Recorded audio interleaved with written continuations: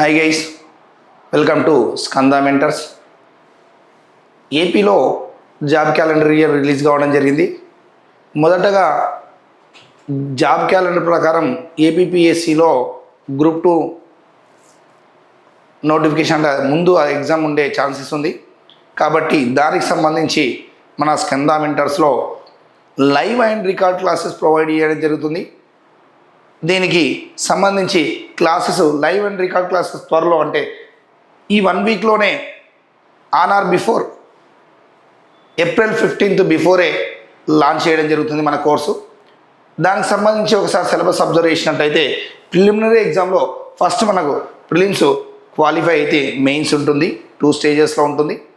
ప్రిలిమ్స్లో first syllabus ఏముంటుంది, ఎన్ని sections ఉంటున్నాయి, ఆ సెక్షన్లో ఈచ్ సెక్షన్స్లో ఎన్ని క్వశ్చన్స్ అడుగుతున్నారు, వాటికి సంబంధించి వెయిటేజ్ ఎలా ఉంది, నెగిటివ్ మార్క్ ఎలా ఉంది, అన్నీ కూడా ఒకసారి డిస్కషన్ చేద్దాం.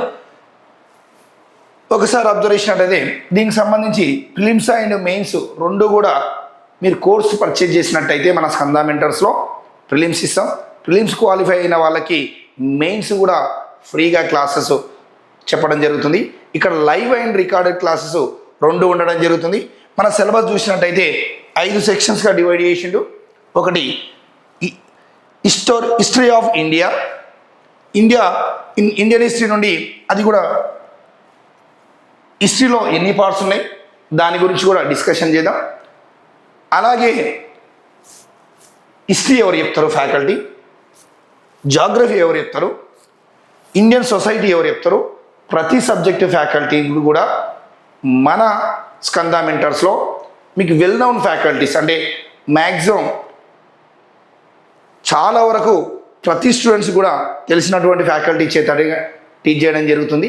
ఎందుకంటే ఇక టీచింగ్ అనేది ఎలా ఉంటుందంటే లైవ్ ప్లస్ రికార్డెడ్, ప్రతి స్టూడెంట్ కూడా న్యాయం జరిగేటట్టు 100% బోధించడం జరుగుతుంది.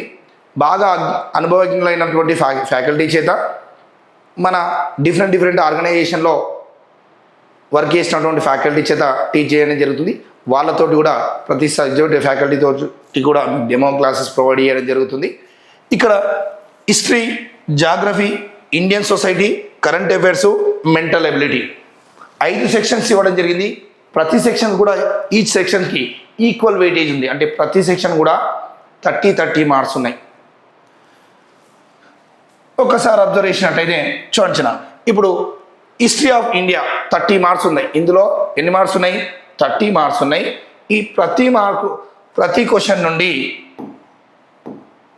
ప్రతి సెషన్ నుండి హిస్టరీ ఆఫ్ ఇండియాలో 30 మార్క్స్ ఉన్నాయి. Ancient history, medieval history, modern history అని 3 పార్ట్స్ ఇచ్చిండు. మొత్తం టోటల్ హిస్టరీ 30 క్వశ్చన్స్ వస్తాయి. ఇక్కడ నుండి 30 క్వశ్చన్స్ వస్తాయి. Each question carry 1 mark, 30 marks ఉంటుంది. అంటే ఇక్కడ వచ్చేసి ఒకసారి అబ్జర్వ్ చేసినట్టయితే నెగిటివ్ మార్క్ కూడా ఉంటుంది. అంటే 1/3, అంటే ప్రతి సెషన్ కూడా, అంటే ఇండివిజువల్గా నెగిటివ్ మార్క్ క్యాల్కులేషన్ చేయడం జరగదు. మీరు ఫర్ ఎగ్జాంపుల్ మీరు ఒక 100 క్వశ్చన్స్ అటెంప్ట్ చేసారు, అది 100 క్వశ్చన్స్లో 80 క్వశ్చన్స్ రాంగ్ అయినప్పుడు 80 క్వశ్చన్స్ కరెక్ట్ అయ్యి 20 క్వశ్చన్స్ రాంగ్ అయినప్పుడు నెగిటివ్ ఎలా వేసో ఫైనల్గా లాస్ట్లో డిస్కషన్ చేద్దాం. జాగ్రఫీ ఒకసారి అబ్జర్వ్ చేసినట్టయితే ఇక్కడ జాగ్రఫీ నుండి కూడా 30 క్వశ్చన్స్ అడుగుతున్నాడు, 30 మార్క్స్, 30 క్వశ్చన్స్ 30 మార్క్స్ అడు. ఇందులో physical geography, economical geography, human geography అని 3 పార్ట్స్ ఉన్నాయి. ఈ మొత్తం టోటల్గా జాగ్రఫీను 30 క్వశ్చన్స్ అడుగుతాడు, 30 మార్క్స్. ప్రతి క్వశ్చన్ కూడా ఈచ్ 1 క్వశ్చన్ 1 మార్కే ఉండడం జరుగుతుంది. నెక్స్ట్ ఒకసారి అబ్జర్వ్ చేసినట్టయితే ఇండియన్ సొసైటీ ఒకసారి చూసినట్టయితే చూసిన ఇండియన్ సొసైటీలో కూడా ఏమడుగుతుందంటే ఇండియన్ సొసైటీ 30 క్వశ్చన్స్ 30 మార్క్స్. ఇక్కడ కూడా ఈ సెక్షన్ కూడా ప్రతి సెక్షన్లో ఈక్వల్ వెయిటేజ్ ఉంది ఇచ్చిన. అయితే ఇక్కడ social structures, social issues, welfare schemes, government schemes కానీ, సెంట్రల్ గవర్నమెంట్ కానీ, స్టేట్ గవర్నమెంట్ కానీ వెల్ఫేర్ స్కీమ్స్ అన్నీ కూడా జరుగుతుంది. ఈ స్కీమ్స్ మనకి ఎకానమీలో కూడా వస్తాయి. అంటే ఈ స్కీమ్స్ రిలేటెడ్ టు ఎకానమీలో కూడా రిలేటెడ్గా ఉంటుంది, కరెంట్ అఫైర్ కూడా రిలేటెడ్ ఉంటుంది. మనకు సబ్జెక్ట్ అనేది ఒకదానికొకటి లింకప్లో ఉంటుంది. కరెంట్ అఫైర్స్ చూసినట్టయితే ఈ current affairs national and international moments. For example international అంటే మనకి ఇప్పుడు రీసెంట్గా జరుగుతున్న యుద్ధం, ఎక్కడ ఇరాన్ తోటి అమెరికా ఇజ్రాయెల్ యుద్ధం కానీ ఇలాంటిది ప్రతిదీ కూడా మన ఈ నేషనల్ మూమెంట్స్ అంటే స్కీమ్స్ ఇందులో అన్నీ వస్తాయి. ఆంధ్రప్రదేశ్ స్టేట్ అఫైర్స్ అంటే ఆంధ్రప్రదేశ్ సంబంధించినట్టు స్పెషల్గా ఫోకస్ పెట్టాల్సి వస్తుంది. ఆ స్కీమ్స్ కానీ గవర్నమెంట్ స్కీమ్స్ కానీ అక్కడ జరిగినటువంటి అభివృద్ధి పనులు కానీ అన్నీ కూడా. నెక్స్ట్ ఫైనల్గా మెంటల్ ఎబిలిటీ మనం చూడండి. మెంటల్ ఎబిలిటీ అంటే మనకు కంప్లీట్గా ఇక్కడ ఆర్థమెటిక్ అండ్ రీజనింగ్ రెండు కలిపి ఉంటాయి. మెంటల్ ఎబిలిటీ ఒకసారి అబ్జర్వ్ చేసినట్టయితే ఇది కూడా 30 క్వశ్చన్స్ 30 మార్క్స్ ఉంటుంది. ఇందులో రీజనింగ్ క్వాంటు అన్నీ కలిపి ఉంటాయి. సరే ఇంతే ఇస్తాడు అక్కడ. క్వాంట్లో ఫర్ ఎగ్జాంపుల్ చూసినట్టయితే యావరేజ్, రేషియో ప్రపోర్షన్లు, partnerships, percentage, profit and loss, simple interest, compound interest, time and work, time and distance, ఇలా అన్ని టాపిక్స్ కూడా కవర్ చేయడం జరుగుతుంది. ఇందులో సింపుల్ చెప్పాలంటే మీరు సింపుల్గా ఇన్ని సెక్షన్లోకి వెళ్ళి 100% స్కోరింగ్ ఏంటంటే మనం క్వశ్చన్ చేసినట్టయితే జాగ్రఫీ కానీ కరెంట్ అఫైర్స్ కానీ పాలిటీ కానీ మనకు ప్రిలిమ్స్లో పాలిటీ కరెంట్ అఫైర్స్ కానీ జాగ్రఫీ కానీ సోషాలజీ కానీ ఇండియన్ హిస్టరీ కానీ ఏపీ హిస్టరీ కానీ ఏది చూసినప్పటికీ కూడా ఒక క్వశ్చన్ చేసిన తర్వాత కింద ఇచ్చే ఆప్షన్స్ అన్నీ కరెక్టే ఉండినట్టుగా అనిపిస్తుంటాయి. మనం చేసిన ఆన్సర్ ఎగ్జాక్ట్లీ కరెక్టా కాదా అని మనం ఒక డైలమాలో ఉంటాం. ఇక్కడ క్వాంట్కి వచ్చేసరికి నువ్వు చేసిన ఆన్సర్ ఆప్షన్లో ఉంది అంటే నీకు 100% కరెక్ట్ వచ్చినట్టే. అంటే నెగిటివ్ ఉంది కాబట్టి ఒక్కసారి కొంచెం హార్డ్ వర్క్ చేసినట్టయితే ఫిలిమ్స్ క్రాక్ చేయాలంటే ఖచ్చితంగా క్వాంట్ మీద ఫోకస్ పెట్టడం వెరీ వెరీ ఇంపార్టెంట్. అంటే నీకు ఎగ్జామ్ హాల్లో నువ్వు ఎగ్జామ్ రాసేటప్పుడే నువ్వు చేసిన క్వశ్చన్ 100% కరెక్ట్ అని డిసైడ్ కావడానికి ఫ్యాక్టర్ ఉంటుంది. కాబట్టి మీరు క్వాంట్ మీద ఎంత ఫోకస్ పెడితే అంత బెస్ట్. నేను రీసెంట్గా చూసినప్పటికి కూడా ఎక్కడైనా ప్రిలిమ్స్ ఫర్ ఎగ్జాంపుల్ తీసుకున్నట్టయితే తెలంగాణలో వచ్చేసరికి గ్రూప్ 1కు మాత్రమే ప్రిలిమ్స్ ఎగ్జామ్స్ ఉంది, ఎక్కడ లేకుండే. ఈ తెలంగాణలో చూసినటువంటి ప్రిలిమ్స్ ఎగ్జామ్లో గ్రూప్ 1 ఒకేసారి జరిగింది. ఆ ఒకేసారి అంటే ఒకే నోటిఫికేషను ప్రిలిమ్స్ ఎగ్జామ్ 3 సార్లు కండక్ట్ చేయడం జరిగింది. అనివార్య పరిస్థితులలో ఒకసారి క్వశ్చన్ పేపర్ లీక్ అవ్వడం అని, ఒకసారి ఓఎంఆర్ షీట్ కరెక్ట్ లేదు, అది మనకు అవసరం లేదు, దాని గురించి పక్కన పెడదాం. అక్కడ జరిగినటువంటి ఎగ్జామ్లో నేను అబ్జర్వ్ చేసింది ఏంటంటే ఎవరు ప్రిలిమ్స్ క్వాలిఫై అయ్యారంటే దాదాపు 23 to 25 క్వశ్చన్ 20+ క్వశ్చన్స్ క్వాంట్ నుండి అడగడం జరిగింది. అంటే మన ఆర్థమెటిక్ రీజనింగ్ నుండి 70+ అంటే 75 ఆ రేంజ్లో ఉన్న వాళ్ళు రిజర్వేషన్ కేటగిరీలో 75 ఉన్నప్పుడు 70+ ఉన్న వాళ్ళు కూడా క్వాలిఫై కావడం జరిగింది. అంటే 25 క్వశ్చన్స్ అడిగిండు అంటే 25 తెచ్చుకున్నట్లయితే మీరు బాగా ఇక్కడ 30 మార్క్స్ ఇచ్చిన 30 మార్క్స్లో అట్లీస్ట్ ఈ 30 క్వశ్చన్స్లో 30 మార్క్స్ అంటే మీరు అట్లీస్ట్ 25 క్వశ్చన్స్ అన్న సాల్వ్ చేయగలగాలి ఖచ్చితంగా. ఇది ఎంత పర్సెంటేజ్ అంటే ఒకసారి అబ్జర్వ్ చేయాల్సింది ఏంటంటే నువ్వు క్వాలిఫై కావడానికి 1/3 అప్రాక్సిమేట్లీ అంటే మీకు 150 మార్క్స్ ఇక్కడ ఓకేనా 1/3 దాదాపు 1/3 అట్లీస్ట్ 1/3 ప్రాబబిలిటీ ఉంటుంది. లేదు సార్ అంటే ఫర్ ఎగ్జాంపుల్ 100 మార్క్స్ ఉన్నాయి 1/3 నుండి 1/4 వరకు అంటే 33% నుండి 25% వరకు ఛాన్స్ ఉంటుంది. అంటే నీ క్వాలిఫై నేచర్లో మీరు క్వాలిఫై కావాల్సిన నేచర్లో ఎంత వచ్చినా ఇది డిసైడ్ ఫ్యాక్టర్ ఎంత అవుతుంది? సింపుల్ చెప్పాలంటే ఈ డిసైడ్ ఫ్యాక్టర్ అనేది 25% నుండి 33% వరకు అప్రాక్సిమేట్లీ 25 to 30% నువ్వు క్వాలిఫై నేచర్ క్వాంట్ నుండి ఇవ్వచ్చు. ఓకే నచ్చిన ఇక్కడ టోటల్ 150 క్వశ్చన్స్ 150 మార్క్ అంటే ఈచ్ క్వశ్చన్ క్యారీ 1 మార్క్ వస్తుంది.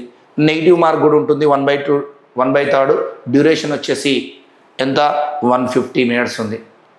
ఇలా ప్రతి క్వశ్చన్ కూడా సాల్వ్ చేయాలంటే ఎంత టైం వస్తుంది 150 questions 150 each one question 1 minute వస్తుంది కాబట్టి జనరల్ స్టడీస్లో మనకు ఎలాగూ టైం సేవ్ అవుతుంది కాబట్టి రిమైనింగ్ కాంపిటీషన్ అంటే కాంపిటేటివ్ ఫీల్డ్ ఎగ్జామ్తో వేరే ఎగ్జామ్తో కంపేర్ చేసినప్పుడు అంటే మనకి ఎస్ఐపిసి కానీ బ్యాంకింగ్ సెక్టార్తో కంపేర్ చేసినట్టయితే టైం అనేది ఇక్కడ సఫిషియెంట్గా ఉంటుంది.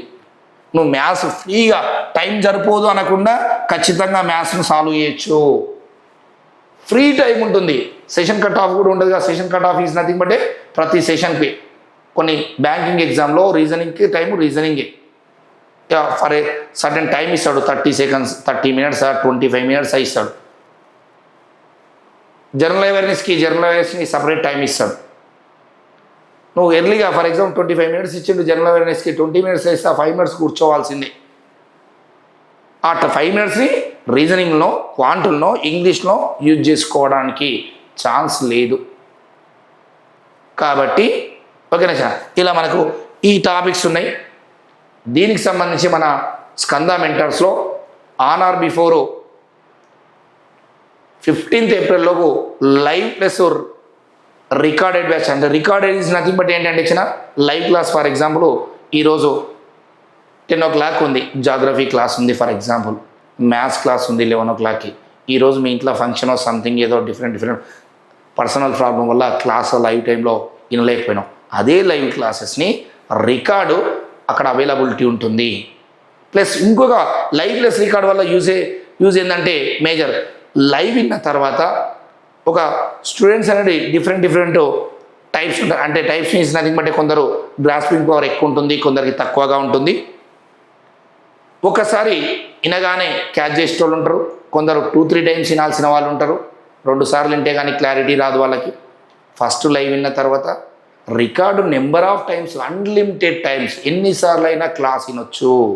లైవ్లో మాత్రం అది లైవ్ కాబట్టి ఒకేసారి ఆన్ టైం అంటే ఫర్ ఎగ్జాంపుల్ 10 o'clock ఉన్నప్పుడు 10 o'clock మాత్రమే లైవ్ వినగలుగుతారు. రికార్డు క్లాస్ అక్కడే ఉంటుంది మన యాప్లో, ఎన్నిసార్లు అయినా వినొచ్చు. మీకు ఏదైనా డౌట్ ఉన్నప్పుడు ఫర్ ఎగ్జాంపుల్ ఈరోజు రికార్డ్ క్లాసు రేపు వినగలిగారు, నెక్స్ట్ డే ఆఫ్టర్ టుమారో మీరు క్లాస్ అటెండ్ అవుతారు. అందులో ఉన్న డౌట్ని సార్ నాకు అక్కడ అర్థం కాలేదని ఆ సబ్జెక్టివ్ ఫ్యాకల్టీని వెంటనే మీరు అప్రోచ్ అయ్యి కామెంట్ చేసినట్టే మీ డౌట్స్ కూడా క్లారిటీ చూస్తారు.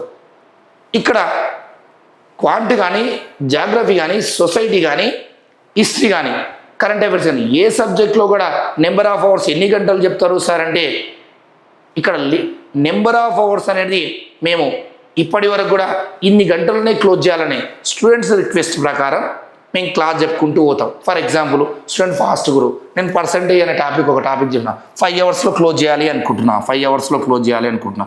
అంటే కొందరు విద్యార్థులు స్లోగా ఉండడం వల్ల 5+ hours కావచ్చు సార్ మాకు ఎనఫ్ సార్ అని కొందరు ఫాస్ట్గా మూవ్ అవుతే 5 కంటే తక్కువ కావచ్చు. అంటే మినిమం 5 hours, ఏ టాపిక్ కూడా 5 hours కంటే తక్కువ అయిపోం మన క్వాంట్లో.